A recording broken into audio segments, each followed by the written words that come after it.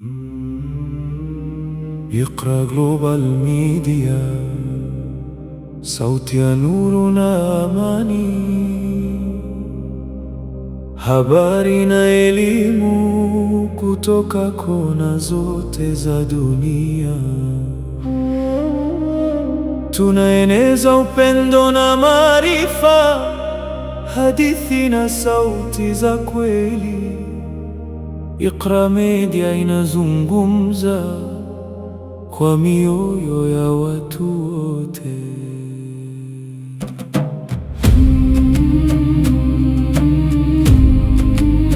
Wa rahmatullahi wa barakatuh. Kiongozi. Wa alaykum salaam wa rahmatullahi wa barakatuh. Naam, kwa majina unaitwa nani? Mimi kwa majina naitwa Masamba Omari.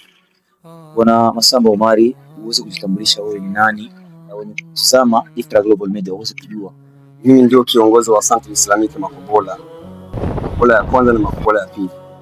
Naam, kiongozi wa Centre Islamique Makobola ya kwanza na Makobola ya pili. Leo tumekuja kutembelea ni kipindi cha Uislamu na maendeleo. Fahamu matatizo, furaha Waislamu wanazopitia katika sekta tofauti tofauti, na leo tumepata nafasi na fursa kubwa kuweza kuongea na mtu mkubwa kama wewe. Tuambie kwa nafasi ya raha miradi, miaka mingapi uko katika kazi?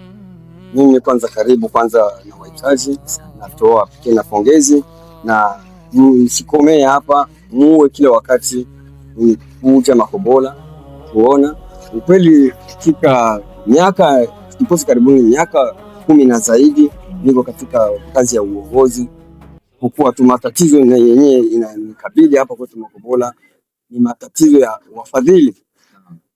Wafadhili wanatizama tumbo tu, mbele ya tumbo, hawatizami mgongoni. Sababu gani ninazungumza hivyo? Wanatizama tu mjini, miradi yao tu inaishia mjini. Sisi huku vijijini hawatutizami, hawatuthamini. Na lazima mji ulianza nao kama vile kijijini. Unaona, lazima turudi kwa wababu, watizame kijiji kule, miradi hakuna, maendeleo ya Uislamu inakuwa hafifu huko kwetu Manteriere. Unaona, jua nini? Ukosefu wa miradi, ukosefu wa maendeleo. Leo nakuta msikiti uko pale hauna hata miradi hata huu moja, shule hakuna, hospitali hakuna, miradi mingi ya kuleta huku. Sisi Waislamu wa Manteriere tunatafanyika, na ndio sababu Uislamu rudi nyuma kwenye vitongoji za Manteriere. Usitizame Uislamu wa mjini na huko Manteriere, huko hapo unakuta wenzetu kama vile wa mkono wa kushoto, kama vile wa Kristo. Unaona, wanaendelea juu ya kutokana, unakuta wana masomo, wana mahospitali, kadhalika vitega uchumi vingi wanavyo, lakini sisi Waislamu huko Manteriere hatuna hata kitega uchumi hata hiki hata kimoja. Na unadhani hali hiyo inatokana na nini? Inatokana na nini hasa? Hali hiyo ni kutokana na wafadhili. Wanatizama tu, macho yao yanatizama mle mjini tu.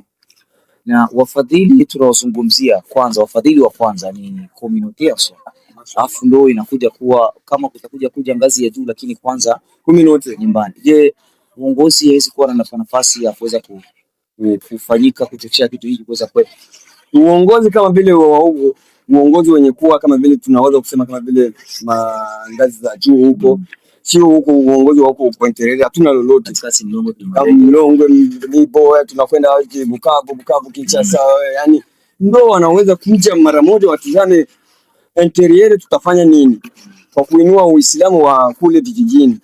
Unaona, kwa kuwa wenzetu tayari Uislamu humu mjini umeshaendelea, sisi huko Manteriere tunabaki nyuma jua ukosefu wa nini wa vitega uchumi, miradi hakuna. Na labda hawezi kuwa kitu ambacho kinafanya washindwe kuweza kuleta miradi huko kijijini. Labda wanakosa watu, wanakosa mbinu, wanakosa namna ya kuweza kuwakuta nyinyi kama viongozi, kuweza kuwapea nafasi ya kuweza kuja. Unajua, mradi mtu anaweza kawaza kitu umefanya sehemu fulani, nani ambaye ataweza kufikisha huko? Huoni kwamba hii inaweza kuwa ni chanzo kubwa na sababu ya mtu kutokujua? Anajua pale katika nyumba kuna shida, lakini anakosa mlango wa kuingilia. Je, haiwezi kuwa ni sababu?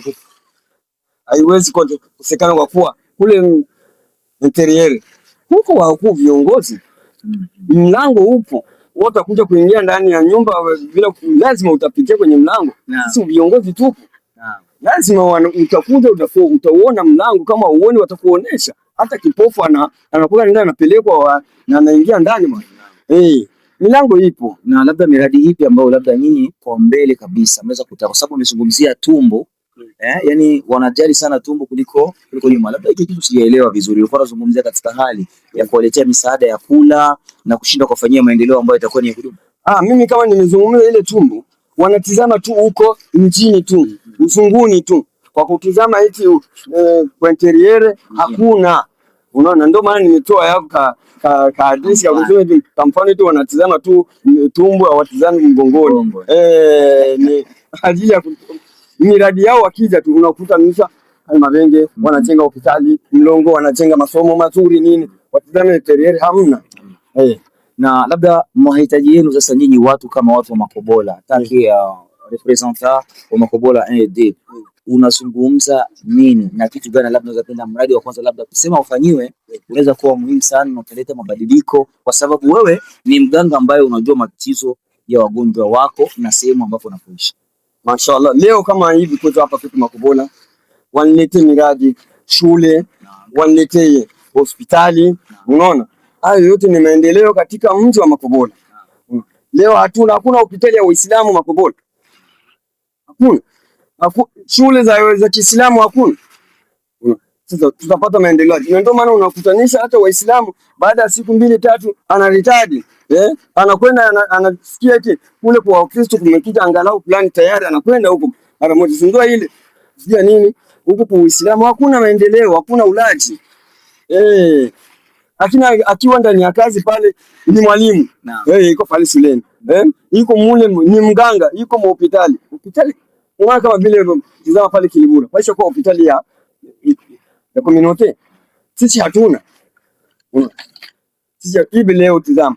Nina shule hapa na kwenda kupanga tu, napanga kila wakati, mwisho wa mwezi nalipa pesa. Tupate labda tunaweza kupata hata katika uchumi maendeleo wapi. Nani kwa shule lile ambalo tulishuhudia kwa macho yetu, wachana na lile ya kule Makobola ya pili. Kuna shule nyingine pale pembeni.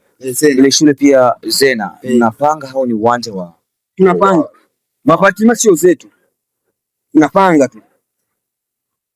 Miradi mikubwa sana ndugu wapenzi watazamaji wa Iqra Global Media ambao mnatazama, na hizi ndio changamoto za Uislamu, na kipindi chetu ni Uislamu na maendeleo. Ni wapi ambapo panapoharibika ili mradi kuweza kutengenezwa. Iqra kwa sababu yako imetupeleka leo mpaka Makobola huku, ambapo tumefika Makobola ya kwanza hadi Makobola ya pili. Mmepata kushuhudia vitu vingi sana, na hii ambayo inazungumzika hapa, huyu ni kiongozi ambaye anasimamia hizo nafasi mbili na kuweza kutuambia shida na matatizo, miradi mikubwa wanahitaji ni shule na mambo mengine. Ninyi ambao mnatazama, sisi sote Uislamu ni wa kwetu, na sisi ndio tutakuja kwa masuala kwa kile ambacho tunachokiona kwa uwezo wetu wa pesa zetu, sije zikatufanya kesho tuweze kuwa pabaya. Kiongozi, na neno aidha maombi ambayo labda unaweza ukawaomba watu pia community na ngazi za juu wenye kututazama mida kama na hii kwenye Iqra Global Media. Mimi ombi langu na tayari mimi nimeshawaambia bwana, wajihimize wakuu viongozi wa community, wajihimize kabisa, watizame Makobola, walete miradi Makobola. Jamani, tuendelee Makobola, Uislamu utakuwa kipaumbele mashaallah. Tena nawaombea dua mashaallah, wafanye hivyo wakuu viongozi, waje Makobola, kila miradi wailete Makobola, nitawapokea kabisa. Tupo pamoja. Naam, shida ya uwanja, nafasi vipo.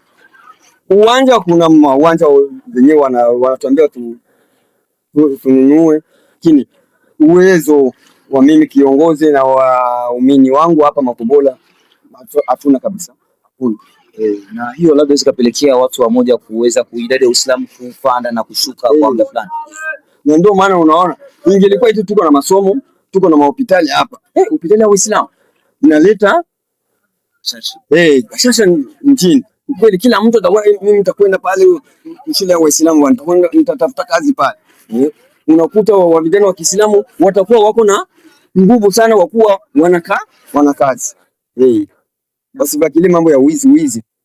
Hizi sio nzuri. Unaona. Naam, asante sana. Na tunashukuru sana katika mojawapo 2-3 ambao tumeongea mengi sana Najua kwa mara nyingine nimepokea vizuri, na sasa hivi muda mwafaka kuweza kurudi. Ndugu mpenzi mtazamaji wa Iqra Global, tunashukuru sana katika hali yote ambayo mmefanikisha na kuweza kuwa nasi mwanzo hadi mwisho. Niita Abubakar Kashindi Kamwanya. Uislamu na maendeleo ndio kipindi chetu, kwa majaliwa yake Allah subhanahu wa ta'ala akituzeja sana. Wa assalamu alaikum wa rahmatullahi wa barakatuh. Iqra Global Media, sauti ya nuru na amani,